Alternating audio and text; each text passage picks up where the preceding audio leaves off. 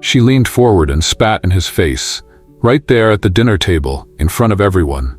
The spit landed on his cheek, dripping slowly down to his jaw. His white wife stood over him, her smile cold and sharp, her lips curled into a smirk. "Look at him," she laughed. "Worthless, pathetic, a complete joke." "You're nothing without me," she said loud enough for everyone to hear. His mother-in-law nodded approvingly. Her brother laughed into his wineglass. His best friend squeezed his hand under the table but stayed silent. But what his wife didn't know, what no one at that table realized, was that the man she just humiliated owned 90% of the company she thought was hers. By morning, her empire, her title, and her power would crumble with a single signature. The crystal chandeliers caught the light like frozen starbursts above the long mahogany table. Every surface in the Anderson mansion gleamed.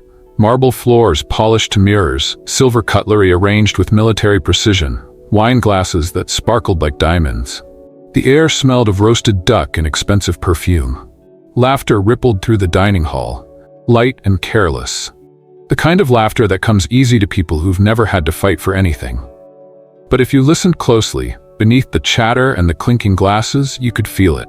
A tension so thick it pressed against your chest like a hand.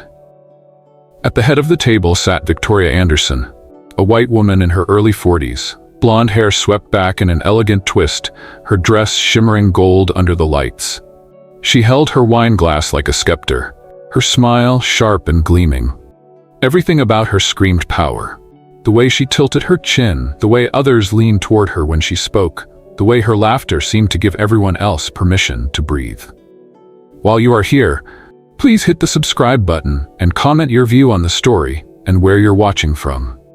And at the far end of that long, gleaming table, nearly invisible among the sea of white faces, sat Marcus Anderson.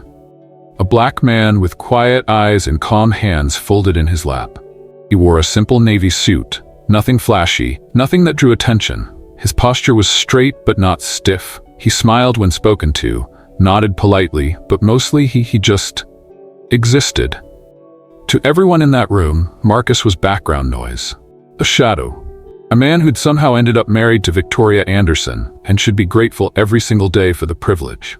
Victoria's mother, Eleanor, a woman with steel gray hair and a voice like cut glass, sat to her daughter's right, surveying the table with the satisfaction of a queen surveying her court. Victoria's younger brother, Garrett, lounged across from her, his tie loosened, his grin wide and careless. He'd already had too much wine, but no one seemed to care. Garrett could get away with anything. He always had. And then there was Claire. Claire sat close to Marcus, closer than necessary. Her hand had brushed his twice during dinner, lingering just a second too long. She leaned in when she spoke to him, her voice soft, concerned, intimate. To anyone watching, Claire looked like the loyal friend, the only person in the room who seemed to see Marcus as human. But if you watched her eyes when she thought no one was looking, when they traced the line of his jaw, the way his fingers held his glass, the quiet strength in his silence, you'd see something else. Something hungry. Something dangerous. Victoria raised her glass suddenly, her voice cutting through the conversation like a blade. "To family," she announced, her smile wide and cold. "To success, to legacy." The guests echoed the toast, glasses clinking in perfect harmony. Marcus lifted his glass quietly, his face unreadable. He didn't need to speak. He never did. In this house, his silence had become a kind of invisibility, but Victoria noticed. She always noticed. "Marcus," she said, her voice carrying across the room with the precision of a whip crack. "Are you going to sit there like a statue all night, or are you actually going to contribute something to the conversation?" Heads turned. Some guests smiled awkwardly. Others pretended to be fascinated by their plates. Marcus lowered his glass slowly. "I thought your words were enough, Victoria," he said softly. There was no edge in his voice, no challenge, just quiet dignity. Victoria's laugh was ice-cracking. "Of course. Always so silent. Always so absent. Tell me, Marcus, why are you even here?" The room went still. Eleanor leaned forward, her eyes glittering.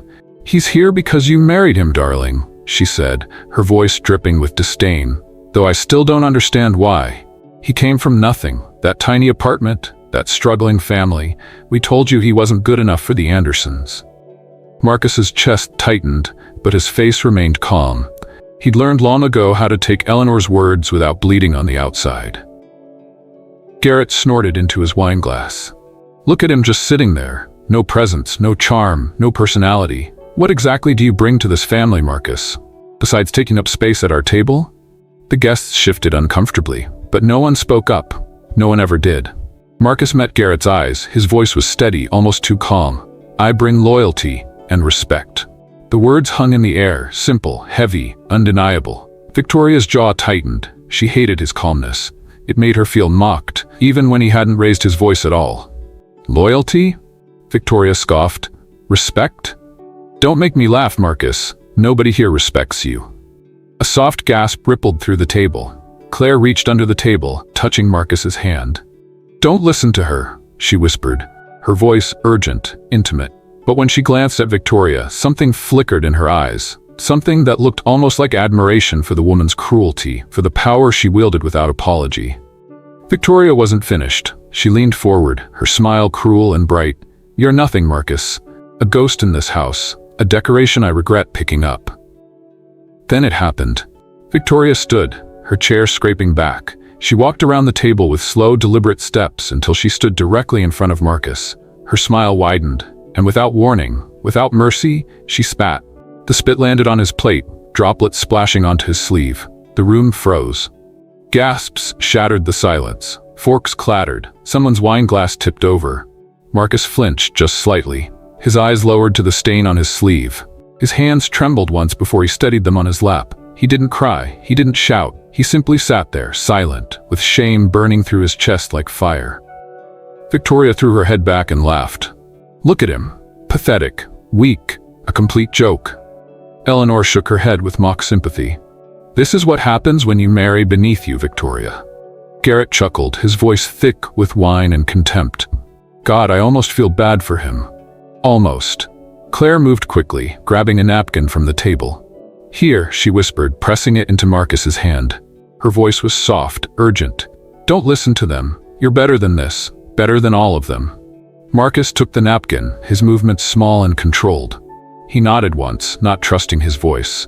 But as Claire turned her head, her eyes lingered on Marcus's profile. The quiet strength in his jaw, the dignity he held onto even now. And something inside her shifted, something she couldn't name and didn't want to admit. The dining hall stayed frozen in that terrible silence, the kind that presses against your ribs and makes it hard to breathe. And in that moment, everyone in the room believed they knew exactly who Marcus Anderson was. A man with nothing. A man who didn't matter. A man who would never fight back. They were all wrong. The silence in the dining hall stretched like a wound that wouldn't close. Guests stared at their plates, at the walls, at anything except Marcus. Some wore expressions of pity. Others looked uncomfortable, as if they'd witnessed something obscene but didn't know whether to acknowledge it or pretend it never happened. A few, the ones closest to Victoria, wore thin smiles, as if this were all part of the evening's entertainment. Marcus sat perfectly still, the napkin Claire had given him pressed gently against his sleeve. His face remained calm, unnaturally calm, like a lake surface that refuses to show the storm churning beneath. Inside, his chest ached with a fire he'd learned to contain. Humiliation, betrayal, grief. But he wouldn't let it spill. Not here. Not in front of them. Victoria leaned back against the table, arms crossed, her smile satisfied. There, she said, loud enough for everyone to hear. Now he looks exactly the way he feels, worthless. A few nervous laughs bubbled up from the guests who knew which side their bread was buttered on. Others forced smiles, desperately uncomfortable, but too afraid of Victoria's power to object. Eleanor broke the silence with a theatrical sigh. Marcus, dear, she said, her voice dripping with false concern. Perhaps you should excuse yourself. You're clearly not equipped for this kind of company tonight. The words were surgical, designed to cut deep while sounding almost kind. Marcus lifted his gaze slowly, meeting Eleanor's eyes with a steadiness that made her smile falter for just a heartbeat. Thank you for your concern, he said quietly, but I'm perfectly fine. His voice was gentle, but there was something underneath it, a firmness that made a few heads turn.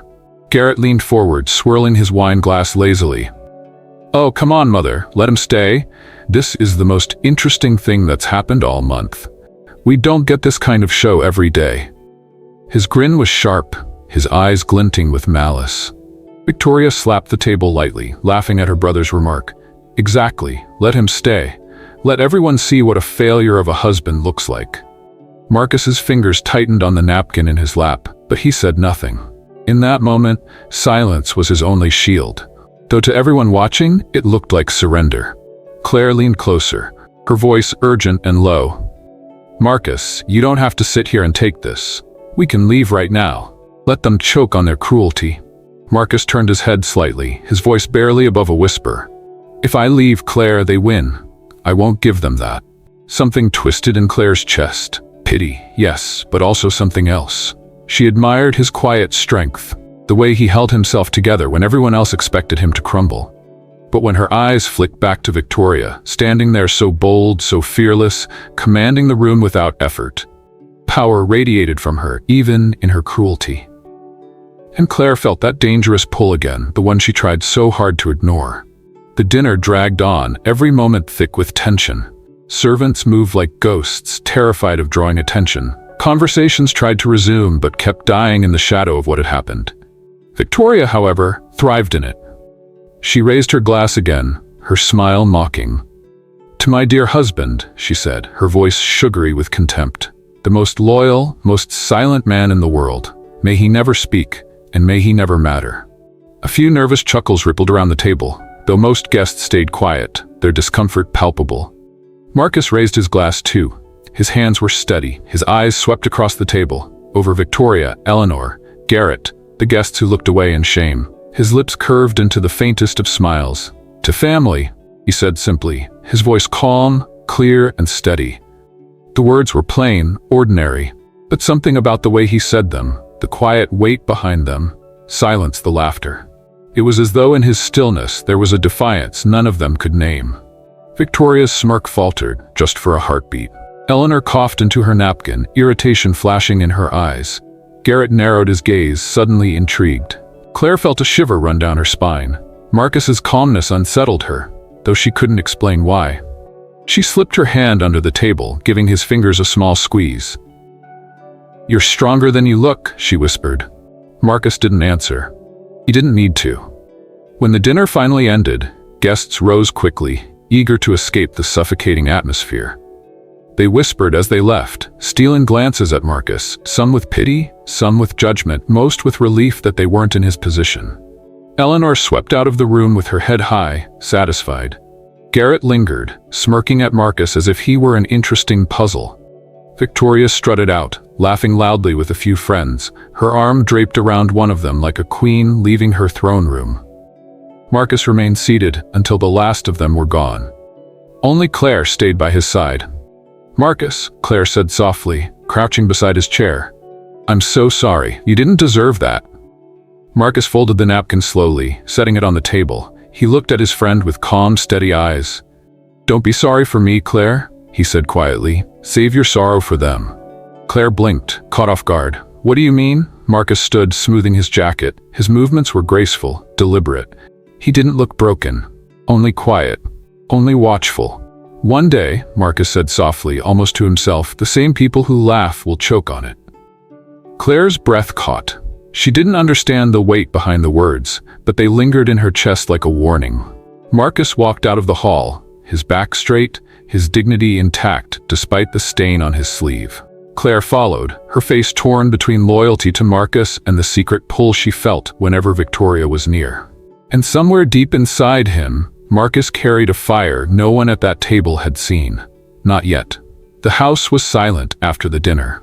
The guests' whispers had been carried away into the night, but the echo of Victoria's laughter still rang in Marcus's ears. He moved slowly through the mansion's empty halls, his sleeve still faintly stained, his face unreadable. He entered his private study, a small, warm room tucked away at the far end of the house. Unlike the rest of the mansion, which screamed of wealth and pride, this room was simple. Shelves of books lined the walls. A wooden desk stood by the window, and a single lamp glowed with soft light. It was the only space in the Anderson estate that felt like his. Marcus sat at the desk and placed his hands flat on the surface. His shoulders trembled once, but he steadied himself. No tears fell. He would not give Victoria the satisfaction of breaking him, even in private. His mind drifted backward, against his will, into memories. He'd stood in the hallway outside Victoria's office 3 years ago, frozen. Through the half-open door, he heard the low murmur of voices, followed by laughter. A man's laughter, young, confident, entitled. He pushed the door open just enough to see. Victoria stood behind her desk, her hands on the shoulders of a man with perfectly styled hair. Damien, her business consultant. Their lips pressed together, their laughter tangled with kisses. Marcus's heart cracked silently, but he didn't step in. He closed the door slowly, pressing his hand to his mouth to stifle the soundless cry. That night, he confronted her. "Who is he?" Marcus asked quietly, standing in their bedroom doorway. Victoria didn't even flinch. She sat on the bed, removing her earrings. "Don't start, Marcus. You're boring. He's exciting. End of story." His throat tightened. "You're my wife, and you're my burden," Victoria said coldly. "Don't lecture me. You should be grateful I keep you here at all." Marcus had turned away, his body stiff, his heart bleeding in silence. The memory burned like a scar he could never heal. Another followed, one that hurt even more. 2 years later, Marcus sat across from Eleanor in the grand living room. He'd found the courage to speak. "Eleanor," he said softly, she's unfaithful. I can't pretend not to see it anymore." Eleanor sipped her tea calmly, her silver spoon clinking against the cup. Then she set it down and looked Marcus straight in the eyes.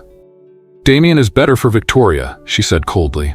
"He has charm, ambition, presence, qualities you lack." Marcus's lips parted in shock. "You approve of it?" Eleanor leaned back in her chair, her eyes narrowing. "Marcus, you were never right for this family. You came from nothing, and nothing is what you bring. If Victoria finds joy elsewhere, why should I stop her?" Marcus had lowered his gaze, his heart breaking under the weight of those words. He realized then that in this house he had no allies. The memory faded. Marcus sat in his study now, staring at the soft glow of his lamp. The scars were deep, but they were hidden, carried where no one could see them. But scars are proof of survival, and soon, survival would turn into something else. A soft knock at the study door pulled Marcus from his thoughts. "Come in," he said quietly. The door opened and Claire stepped inside, carrying 2 mugs of tea. Her smile was warm, her eyes soft with concern. "I thought you could use this," she said, setting one mug on the desk in front of Marcus. Marcus's lips curved into a small, tired smile. "Thank you." Claire sat beside him, close enough that their shoulders almost touched. "How are you holding up?" Marcus hesitated, then sighed. "It hurt. Of course it did. Being treated like that in front of everyone, it's not something you forget." Claire reached out, wrapping her arms around Marcus's shoulders. She hugged him tight, her voice soothing. "You don't deserve this, Marcus. She's cruel. She's blind. You deserve so much better." Marcus leaned into the hug, letting himself rest for a moment. "Sometimes I wonder what I did wrong." Claire pulled back, gripping his hands. "You did nothing wrong. You're good, too good for her. If she can't see that, it's her loss." Marcus's eyes watered slightly, though no tears fell. He nodded slowly. "Thank you, Claire. You're the only one who stands beside me." Claire smiled gently, squeezing his hands again. "Always." But when Marcus looked away, Claire's eyes shifted. The warmth faded for a second, replaced by something calculating. She was already thinking of Victoria, of her commanding voice, her confidence, the way she owned every room she entered. Claire blinked, hiding it quickly behind another soft smile. For now, she would play the role of the loyal friend. But the cracks in her loyalty had already begun to show. The mansion grew quiet as the night deepened. Marcus retreated upstairs to sleep, leaving Claire alone in the study for a moment. Claire sat there, staring at the half-empty mug of tea. Her fingers traced the rim of the cup as her thoughts drifted back to Victoria. She could still see her at the head of the table, laughing, fearless, powerful. Even in her cruelty, Victoria commanded every eye in the room.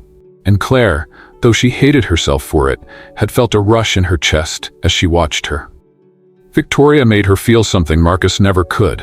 Excitement, danger, the thrill of being near someone who bent the world to their will. When Marcus returned briefly to retrieve a book, Claire excused herself, saying she needed rest. Marcus smiled faintly, grateful for her company, and let her go. But Claire didn't head to her guest room. She walked down the corridor and slipped out the side door into the garden. The night air was cool, the fountain in the courtyard whispering softly. And there she was, Victoria, leaning against the stone wall, smoking a cigarette, the ember glowing in the darkness. "You came," Victoria said with a sly grin, her voice low and smooth. Claire's breath caught. "You asked me to." Victoria stepped closer, the glow of the cigarette lighting her sharp features. "Marcus doesn't get me, Claire. He never did. Always so quiet, so dull, so lifeless. But you." She brushed her hand lightly against Claire's arm. "You understand me better than he ever did." Claire's pulse quickened. She wanted to push Victoria away, but instead she stayed still. Victoria's words sank into her like honey laced with poison. She had always been Marcus's friend. But in this moment, she let herself believe she was different. Special. "You shouldn't say things like that," Claire whispered, though her voice lacked conviction. Victoria smirked. "Why not? You've seen it. Marcus is weak. He's nothing without me. And you?" Her eyes lingered on Claire, slow and deliberate. "You deserve better than standing in his shadow." Claire swallowed hard, her heart torn. "He's my friend." Victoria leaned closer, her voice a whisper. "And yet he keeps dragging you down with him. You're wasted at his side. But with me?" She let the words hang, unfinished, dangerous. Claire's breath trembled. She looked away, but she didn't step back. Somewhere deep inside, a line was crossed. "Go back before someone sees you," Victoria said finally, flicking the cigarette into the fountain. "But remember what I told you." Claire nodded faintly and slipped back inside, her mind spinning. She told herself it was just words, just a moment. But she carried them with her like a secret flame, one that would burn brighter with time. Upstairs, Marcus sat alone in his study once more. He pulled out a small key from the chain he wore beneath his shirt and unlocked the bottom drawer of his desk. Inside lay a stack of neatly bound documents, hidden away for years. His hands touched the papers gently, almost reverently. The documents were proof of his quiet strength. The contracts, the shares, the signed agreements that made him the true majority owner of Anderson Enterprises. 90% of the company belonged to him, though no one knew it. He remembered the day, 7 years ago, when Victoria's business had nearly collapsed. Investors had fled. Debts piled high. Her empire stood on the edge of ruin. Victoria had been desperate, angry and afraid. She never knew that Marcus's inheritance, carefully hidden from her, had been the lifeline that saved everything. He had poured his fortune into the company under another name, quietly securing ownership while letting her believe she had pulled through by her own brilliance. Victoria thought she built Anderson Enterprises. Eleanor praised her genius. Garrett envied her position, and the world applauded her as a woman of power. None of them knew the truth, that the empire they worshipped stood on Marcus's silent sacrifice. He stared at the papers, his face calm, his eyes unreadable. He could destroy her with a word. He could strip away her pride, her arrogance, her lies. But not yet. Marcus locked the drawer again, slipping the key back beneath his shirt. He stood slowly, his reflection in the window staring back at him. Victoria thought he was weak. Claire thought he was fragile. Eleanor thought he was worthless. Even Garrett believed he was invisible. They were all wrong. Marcus turned off the lamp and stepped into the hallway. The house was dark, but inside him something had begun to glow. The scars were still there, hidden deep. But scars are proof of survival, and soon, survival would turn into something else entirely. The city was alive that evening, its skyline glowing against the night sky. Anderson Enterprises had organized a corporate gala to celebrate a new partnership deal. Guests in glittering gowns and sharp suits filled the hotel ballroom, music floating through the air like silk. Marcus arrived quietly, his black suit modest compared to the designer tuxedos around him.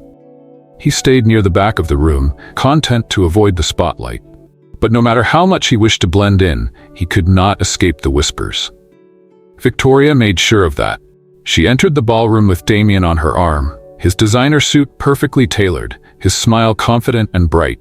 Victoria wore a stunning silver gown that caught every light in the room. Her hand clung to Damien's sleeve as if he belonged there, as if he were the true husband. Victoria laughed loudly, shaking hands, kissing cheeks, introducing Damien as though he were her partner in every sense of the word. Marcus watched from the shadows, his face calm, his heart heavy. Later that night, in the boardroom upstairs, the mood shifted. Victoria stood at the head of the table with Garrett at her side. Eleanor sat proudly, her chin high. Claire lingered in the background, her presence quiet but constant.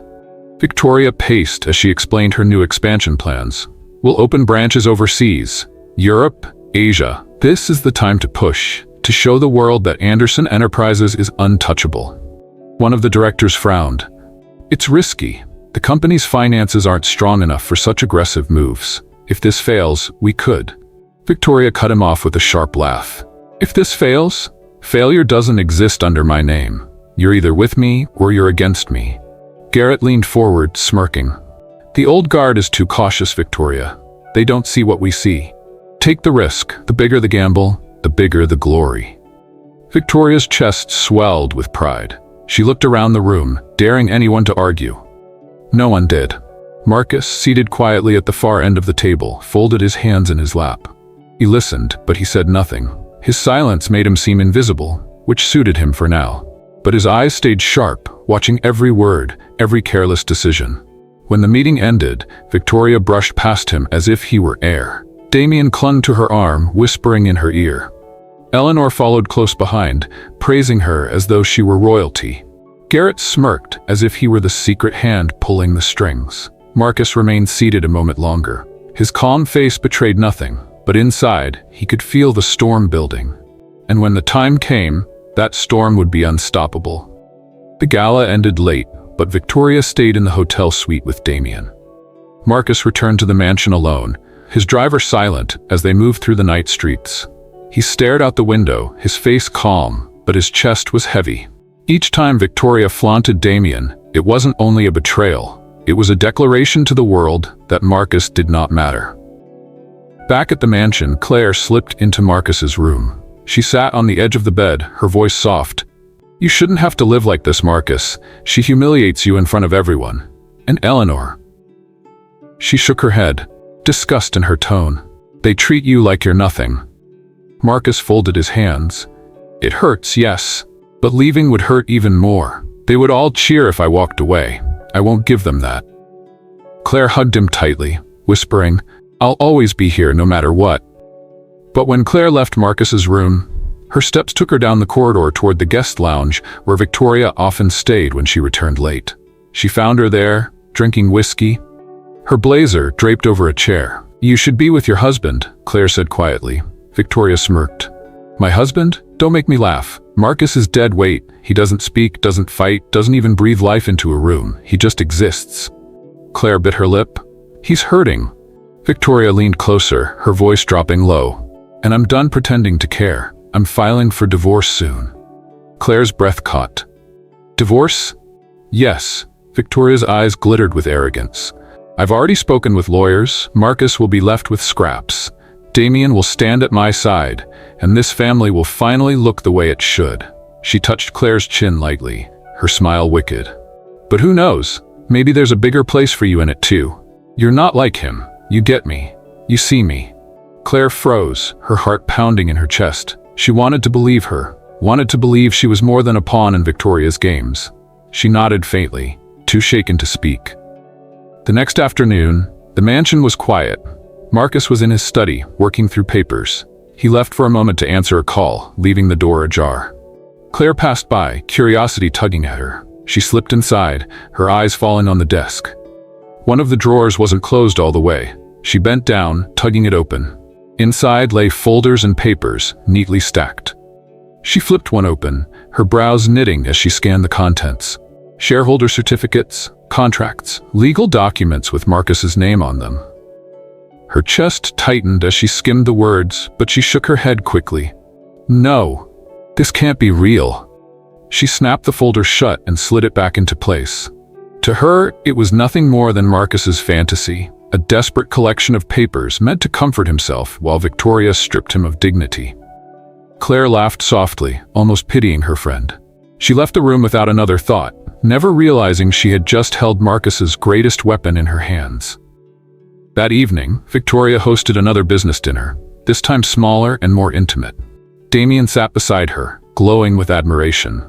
Eleanor clinked her glass, praising Damien as the perfect man to represent the Andersons. Garrett leaned in with Victoria, whispering about bold expansion plans overseas. And Marcus, he sat quietly again, invisible in his own home. Claire hovered near Victoria, whispering in her ear, feeding her gossip of Marcus's fragile state, painting him as weaker than ever. Every laugh, every sneer, every betrayal piled onto Marcus like stones meant to bury him alive. Yet he did not bend. His silence grew heavier, sharper, like a blade waiting in its sheath. They thought he was powerless. They thought he was cornered. But Marcus's silence was not defeat. It was preparation. The boardroom of Anderson Enterprises gleamed with glass walls, polished floors, and long steel tables that reflected the city skyline outside. The morning sun cut through the tall windows, casting sharp beams across the room. Every seat was filled with shareholders, executives, and advisors, their voices low as they waited for the meeting to begin. At the head of the room, Victoria Anderson stood tall in a tailored white suit. Her smile was broad, confident, her posture commanding. Damien sat close, perfectly styled in his charcoal suit, his hand brushing her arm every few moments. Eleanor sat beside them, proud and smug, her lips curved in satisfaction. Garrett leaned against his chair with a grin that suggested secrets only he and Victoria shared. And then there was Marcus. He sat quietly at the far end of the table, his posture straight, his face calm. He wore a simple black suit, nothing flashy, nothing loud. To most in the room, he looked out of place. Too plain, too silent, too invisible for a meeting of such importance. Claire sat near Eleanor, leaning forward with a smirk that never left her lips. Every so often, her eyes drifted to Victoria, hungry for the acknowledgement she rarely received. Victoria raised her hands, commanding silence. "Ladies and gentlemen," she began, her voice strong and full of pride. "Today I stand before you not just as the head of Anderson Enterprises, but as the woman who will take this company to heights it has never dreamed of." Applause broke out, led by Eleanor and Garrett. Damien clapped as if every word were gospel. Victoria's grin widened.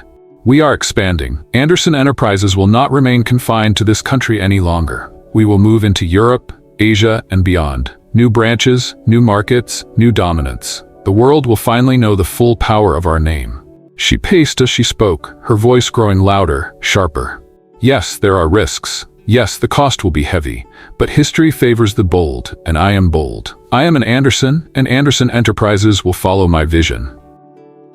The room filled with applause again, though not all faces looked convinced. Some whispered quietly, doubt hidden beneath polite smiles. Eleanor lifted her chin, beaming at her daughter. "Brilliant, Victoria. Your father would be so proud." Garrett leaned in, his whisper just loud enough for Victoria to hear. "Ignore the cautious ones. Push forward. They'll fall in line when the profits come." Victoria nodded, soaking in the praise. Her eyes flicked to Marcus at the far end. He had not clapped. He had not moved. He simply sat, watching her with a calmness that unnerved her for a moment. She brushed it off quickly. "Marcus," she said loudly, drawing attention to him. "Tell me, do you approve? Or will you stay silent as always, pretending you matter?" The room chuckled softly, encouraged by her mockery. Eleanor shook her head with fake pity. Claire leaned closer to the table, her smirk widening. Marcus rose slowly. Every movement was controlled, deliberate. He stood with his hands folded in front of him, his face calm, his voice steady. "Victoria," he said softly, but his words carried across the room. "I will not pretend," she smirked. Finally, the ghost speaks. Marcus's eyes swept across the table, touching every shareholder, every executive. Then he laid a folder gently on the table, sliding it toward the center. "You speak of bold visions, you speak of dominance, but you forget something important." The room grew quiet, all eyes shifted to him. Marcus opened the folder, spreading out documents, shareholder certificates, contracts, stamped agreements. His hand rested lightly on them as he spoke. "I own Anderson Enterprises, 90% of it." The room gasped, murmurs erupted like a storm. Faces turned in shock, disbelief, confusion. Victoria froze. Her laughter started weak at first, then louder. This is ridiculous. A joke. "Marcus, sit down before you embarrass yourself further." Claire barked a laugh, waving her hand dismissively. "Delusional. He's desperate. Don't let him waste our time." Marcus did not flinch. "You can laugh, you can mock, but the truth does not need your permission to exist." He slid the documents toward the nearest board member. "Verify them." Every signature, every seal, every contract. The company you think Victoria built, the company you praise her for, it stands because of me. My inheritance saved it from collapse 7 years ago. My investment holds it steady today. Without me, Anderson Enterprises would have crumbled long ago. The documents passed quickly from hand to hand. Eyes widened, voices trembled as the truth became undeniable. One director looked up, pale. It's real. These are valid. Marcus Anderson is the majority shareholder. The room erupted. Gasps, whispers. Shock filled every corner. Victoria's laughter died in her throat, her face draining of color. Eleanor slammed her hand on the table. Impossible. This must be a trick. Garrett's smirk vanished, replaced by a look of raw calculation. Claire sat frozen, her lips parted, her smirk gone. The realization struck her like a knife. She had betrayed Marcus for nothing. All this time, the true power had sat quietly beside her, hidden in plain sight. Marcus stood tall, his voice calm, steady, unwavering. Victoria Anderson, you no longer have the authority to lead this company. Effective immediately, I am removing you as CEO. The room exploded again. But Marcus's presence silenced it with ease. He turned to Garrett. Your reckless schemes end here. Your whispers will no longer poison this table. Garrett clenched his jaw, but said nothing. Marcus's gaze shifted to Eleanor. For years you mocked me, you belittled me, you called me unworthy. But I built the ground you stand on. Your voice holds no weight here anymore. Eleanor's face twisted with rage, but no words came. Finally, Marcus turned to Victoria. She stood rigid, her fists clenched, her arrogance cracked open. Marcus, wait, she stammered. We can fix this. We can. No, Marcus said firmly. Her eyes widened. Please. I didn't know. If I had known, I would have... You would have spat on me anyway, he interrupted, his voice cutting through her like glass. You spat on me in front of the world. Today, I return your gift. Not with spit, not with rage, but with truth. And truth doesn't forgive. Victoria's knees weakened. Her arrogance collapsed under the weight of his words. She reached for him, but he stepped back, his calmness unshakable. Claire's voice broke in, desperate. Marcus, please. You know me. I've always been by your side. I didn't mean... Marcus's eyes flicked to her. You betrayed me in silence, Claire. That is worse than open cruelty. You traded loyalty for crumbs of attention. And now you have nothing. Claire's face crumpled. She lowered her head, tears stinging her eyes. The room stayed silent, every shareholder watching Marcus with awe. He gathered his documents calmly, sliding them back into his folder. The meeting is over. From this moment on, Anderson Enterprises will be led with integrity, not arrogance. We will grow, but not recklessly. We will succeed, but not at the cost of our soul. Marcus turned and walked toward the door, his steps steady, his back straight. Behind him, Victoria collapsed into her chair, ruined. Damien slipped away quietly, unwilling to sink with her. Eleanor sat in stunned silence, her power stripped. Garrett stared at the table, his plans destroyed. Claire remained motionless, her betrayal leaving her broken and irrelevant. Marcus walked out of the boardroom with dignity. He was not just avenged, he was reborn. True power is quiet, integrity endures, and betrayal always destroys the betrayer. If this story touched your heart, hit that subscribe button. Your support keeps these stories alive and helps us share voices that deserve to be heard. Drop a comment and let us know where you're watching from, because together, we're not just telling stories, we're keeping hope alive.